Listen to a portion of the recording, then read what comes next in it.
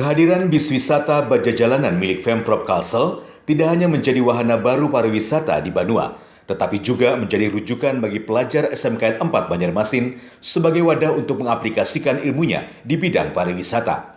Sebanyak 13 pelajar ini melakukan riset tugas sekolah tentang keberadaan bis yang sudah setiap hari melayani warga. Di satu kelas tuh disuruh sama wali kelasnya untuk per-guiding ya, satu orang bisa memandu di bis ini ya.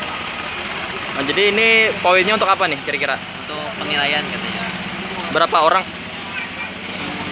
Maksudnya berapa orang tuh satu kelas itu kan? Ya yang hadir pada ini. Oh, di 13 kayak 13. Jurusan apa ya kalau boleh tahu? Usaha perjalanan wisata. Pengelola bis wisata memastikan jika kehadiran bis selain untuk melayani masyarakat umum juga menyambut baik jika ada pelajar dan mahasiswa yang ingin melakukan tugas pendidikan tentang pariwisata Banua.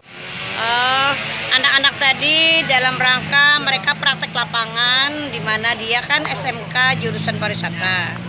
Yang pariwisata itu SMK 4 ini mereka praktek di lapangan untuk bagaimana mengguiding perjalanan wisata.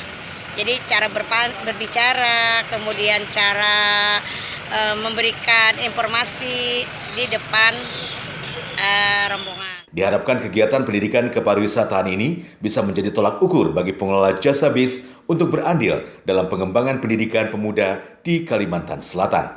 Reviano, Kalsel 1 Net, Banjarmasin. Yang begitu masih